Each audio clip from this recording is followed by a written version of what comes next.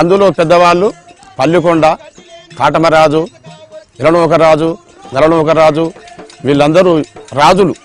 ఆ ఆవుల కాసుకున్న బోయిలు వాళ్ళు అలాగనే వీళ్ళు ప్రపంచం చేసేదన్నట్టు కొన్ని యుద్ధాలు, కొన్ని రంగాలు. అయితే దాని గురించి అప్పుడు ఆవులకు ఒక ఏసగతి వచ్చింది. ఏంటంటే పుర్రు కొట్టడం, ముక్కుపంటి సీవిడి, ఇలాంటి కుంటడం. ఆ ప్రకారంగా ఆవులకు అలాంటి ఒక ఏసిడి అనేది వచ్చింది. అయితే ఆ ఏసిడికి ఆ మంద మీద ఒక బలి అనేది వేయాలి. బలి ముద్ద, పులి ముద్ద అని వేయాలి.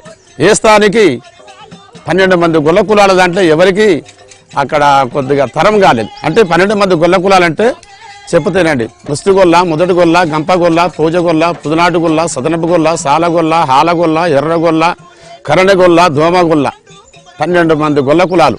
అయితే అప్పుడు మాది హాలగొల్ల సంపది.